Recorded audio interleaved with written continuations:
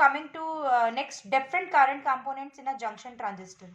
ठीक है, अब हम बात करें अगर डिफरेंट जो करंट कंपोनेंट्स हैं ट्रांजिस्टर में किस तरह से फ्लो कर रहे हैं, तो अगर उनका ऑपरेशन देखें तो इन NPN transistor emitter current I is a combination of current due to majority charge carrier electrons and minority charge carrier holes. ठीक है, एनपीएन में जो टोटल जो करंट फ्लो हो रही है वो अगर आईई की बात करें तो टोटल आईई क्या है, अमीटर के अंदर मेजॉरिटी में तो है इलेक्ट्रॉन्स, ठीक है, ये मेजॉरिटी चार्ज कैरियर और ये माइनॉरिटी,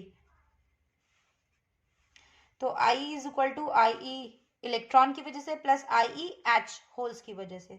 बिकॉज होल्स का जो कंट्रीब्यूशन है करंट का वो बहुत कम है इन कंपैरिजन टू इलेक्ट्रॉन, तो I H is very very less than I. ठीक है, तो जो टोटल करंट होगी आई वो नियरली इक्वल होगी current due to electrons. Ammeter में जो करंट है वो इलेक्ट्रॉन्स की वजह से इक्वल ही होगी आई, क्योंकि होल्स की वजह से जो करंट है वो बहुत कम है। नाउ कमें सिमिलरली पीएनपी के ट्रांजिस्टर की बात करें तो जो अमीटर करंट आई है ये सम होगा, सम ऑफ करंट होगा due to majority charge carriers holes and minority charge carrier electron.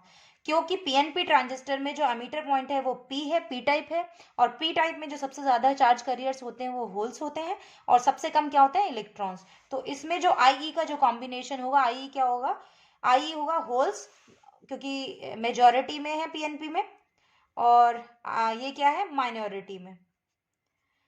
और जो आई इलेक्ट्रॉन की वजह से जो करंट है इसमें वो कंपैरिजन टू होल्स बहुत कम होगी माइनॉरिटी चार्ज कैरियर की वजह से, तो हम कह सकते हैं आई एच जो होल्स की वजह से is very very greater than to I. तो जो जितना भी करंट आई में फ्लो हो रहा होगा वो लगभग होल्स की वजह से फ्लो हो रहा होगा, तो हम कह सकते हैं I is nearly equal to I H. यहाँ एनपीएन ट्रांजिस्टर में I is equal to nearly I E लिख रहे थे क्योंकि मेजॉरिटी चार्ज कैरियर्स इलेक्ट्रॉन थे, यहाँ मेजॉरिटी चार्ज कैरियर्स क्या है, आपके होल्स हैं। In NPN transistor, most of electron injected on the base proceed towards the junction JCB। जो NPN ट्रांजिस्टर में जैसा कि बोला कि मैक्सिमम ऑफ इलेक्ट्रॉन है वो बेस को पार करते हुए कलेक्टर बेस जंक्शन पे पहुंच जाते हैं and generate the collector current ICE। ठीक है, ICE को जनरेट करते हैं, जो कि ICE लिखा है क्योंकि इलेक्ट्रॉन्स की वजह से है। So some of the electron in the base region produce to base current, ठीक है, आईबी थ्रू रिकॉम्बिनेशन। अब आईबी की अगर बात करें तो आईबी कौन सा करंट हो जाएगा, टोटल करंट आई इलेक्ट्रॉन की वजह से, और वो जो इलेक्ट्रॉन्स रीच कर गए जेसीबी की पे तो वो हो गए आईसी, और एज हमने बताया I is equal to I B plus IC, तो आई बी क्या हो गया, आई बी हो गया I E minus I C. I B is equal to I E minus I C. Electrons क्यों लिखे हुए हैं, क्योंकि ये एनपीएन ट्रांजिस्टर की बात हो रही है और ये मेजॉरिटी चार्ज कैरियर है। अगर हम पीएनपी ट्रांजिस्टर की बात कर रहे होते और बेस का करंट निकाल रहे होते तो हम यहाँ लिखते I E H minus I C H. ठीक है, सिमिलरली बेस जो हमने लिख रखा है, similarly base current in PNP transistor I B is equal to I E H minus I C H. Now collector current is also consist of two components. जो collector की जो करंट है वो भी दो कंपोनेंट से बनी हुई है, मेजॉरिटी का चार्ज कैरियर्स और माइनॉरिटी चार्ज कैरियर्स। तो आईसी को हम लिख सकते हैं IC is equal to IC majority charge carriers plus ICO minority charge carrier. ठीक है, तो आईसी कॉम्बिनेशन है IC is equal to IC plus ICO, जो कि ये पार्ट जो है आईसीओ जो है ये due to minority charge carriers है, इसे लीकेज करंट भी कहा जाता है। आईसीओ को लीकेज करंट भी कहा जाता है। ठीक है, ICO symbol means value of collector current IC when emitter terminals is open. ठीक है, ये आईसीओ तब की कंडीशन है, वो करंट है जब हम कलेक्टर करंट मेजर कर रहे हो और जबकि अमीटर के जो टर्मिनल्स हैं वो ओपन हो। ठीक है, तो अमीटर के टर्मिनल्स ओपन होंगे तो इसका मतलब अमीटर की तरफ से कोई करंट नहीं आ रही होगी, तो उस वक्त जो करंट आएगी आईसी कलेक्टर पे जो करंट होगी जब एमिटर के टर्मिनल ओपन होंगे तो उसे आईसीओ कहेंगे, जो कि लीकेज करंट है, जो कि स्मॉल अमाउंट में होती है। ठीक है, now the total input current in the transistor will be equal to the output current, जिसे कि हमने इक्वेशन डाल दिया second I is equal to I C plus I B. ये टोटल करंट है, जो कि इसका कहने का मतलब कि एमिटर की current collector current plus base current का से बनी हुई होती है। ये अभी हमने तीन करंट के बारे में पढ़ा, एमिटर की करंट, बेस की करंट एंड कलेक्टर की करंट। नाउ एक और अनदर इंपॉर्टेंट क्वांटिटी है जिसे कि करंट गेन से डिनोट किया जाता है, अल्फा डीसी जिसे बोला जाता है। ये गेन है और जो कि हम कभी भी किसी चीज का अगर गेन निकालते हैं किसी डिवाइस का तो कैसे निकालते हैं, आउटपुट ओवर इनपुट। ये करंट का गेन है, तो करंट का गेन है तो करंट का क्या, आउटपुट की करंट ओवर इनपुट की करंट। अगर ट्रांजिस्टर में हम बात करें एनपीएन ट्रांजिस्टर की, तो उसमें क्या हो रहा है, आउटपुट कौन सा है, अमीटर पॉइंट है, वो उसका इनपुट है, ठीक है, अमीटर पॉइंट जो है। अगर एनपीएन ट्रांजिस्टर की बात कर रहे हैं तो इस तरीके से एनपीएन ट्रांजिस्टर है, ये इसका इनपुट है, ठीक है, और यहाँ जो कलेक्टर पॉइंट है उस पे उसका आउटपुट है। तो अल्फा डीसी क्या हो सकता है, आउटपुट ओवर इनपुट। तो आउटपुट की करंट कौन सी है, आईसी, ओवर इनपुट की current IE. So alpha DC is alpha DC को डीसी करंट गेन कहा जाता है। अल्फा डीसी रिप्रेजेंट करता है कि जो proportion of majority charge carriers generated in emitter which reach the collector, वो ये अल्फा डीसी उस प्रोपोर्शन को बता रहा है जो majority charge carrier electrons NPN transistor में जो बेस को क्रॉस करते हुए अब कलेक्टर जंक्शन में पहुंच गए, उतने amount of majority charge career को का नंबर है, ये उसको रिप्रेजेंट करता है, ठीक है। सो यूजिंग द इक्वेशंस हम लिख सकते हैं, क्योंकि आईसी को क्या लिख सकते हैं, इधर लिख सकते हैं, इधर से IC is equal to alpha DC I E. इसको अगर हम यहाँ यूज करें तो लिख सकते हैं I is equal to I C plus I B होता है, तो आई सी की जगह लिख दिया alpha D C I plus I B. इससे हमारा आई बी क्या निकल गया, I B is equal to I E one minus alpha D C. Similarly हम जो टोटल करंट है आई सी कलेक्टर करंट, उसको इस तरह से लिख सकते हैं, क्योंकि आई सी क्या था, आई सी इज इक्वल टू आई सी जो कि मेजोरिटी चार्ज करियर की वजह से प्लस लीकेज करंट। तो ये आईसी जो मेजॉरिटी चार्ज करियर की वजह से है वो कितनी हो गई, अल्फा डीसी आई ई, तो इसे लिख दिया अल्फा डीसी आई प्लस आईसीयू। और वैल्यू ऑफ अल्फा डीसी जो है वो यूजुअली वेरी करती है इन बिटवीन 0.95 टू 0.99, ठीक है। Value of alpha DC is usually between 0.95 to 0.99, ये डीसी की बात करें। अगर एसी की इसी तरह एसी की बात करें हम नाउ, अगर अल्फा एसी की बात करें तो जब इनपुट वोल्टेज एमीटर बेस की एमीटर बेस जो जंक्शन है उस सर्किट की अगर चेंज करी जाए तो उससे क्या होगा, जो वेरिएशन इनपुट में आएगा वो आउटपुट पे भी उसका असर आएगा।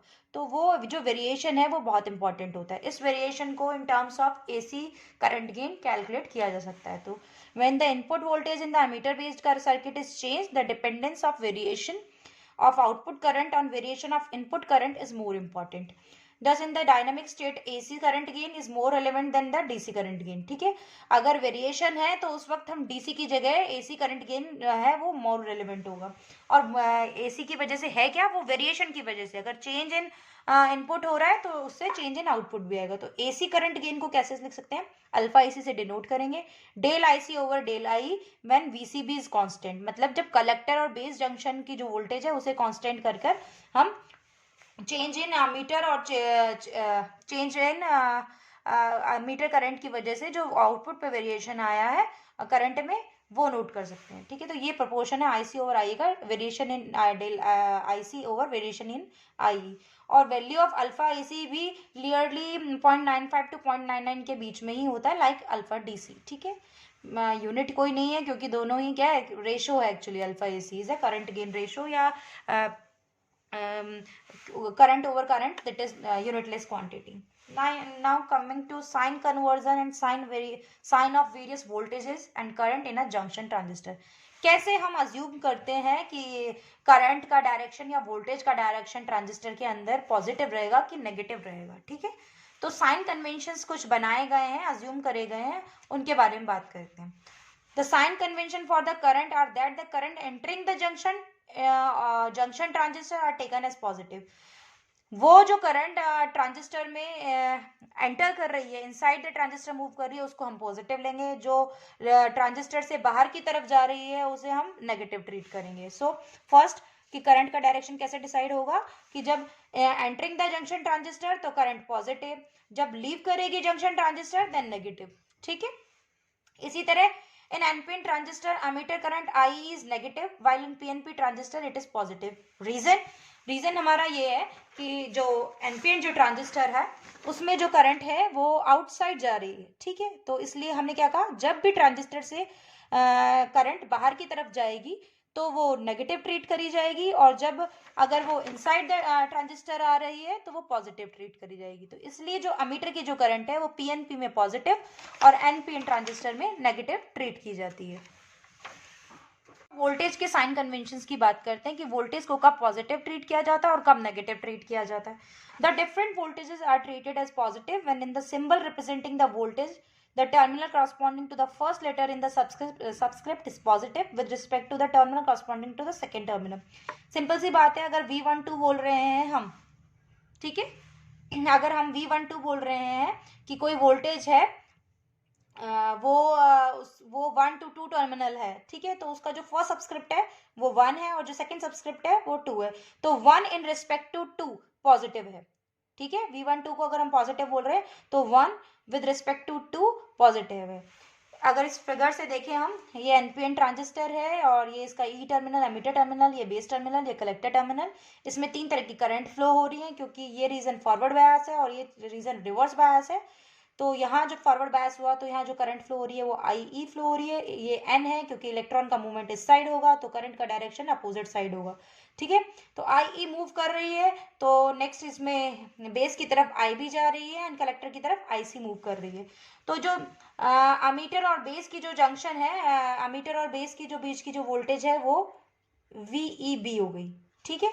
इसी तरह से जो कलेक्टर और बेस के बीच की जो वोल्टेज है वो VCB हो गई, ठीक है। तो इन कंपैरिजन टू VEB की अगर बात करें तो क्योंकि एनपीएन ट्रांजिस्टर में जो करंट है आई वो साइन कन्वेंशन के थ्रू से नेगेटिव माना जाता है, तो VEB जो वोल्टेज है वो नेगेटिव है, ठीक है। VEB बेस के कंपैरिजन में जो ई टर्मिनल है वो नेगेटिव है, दैट इज VEB।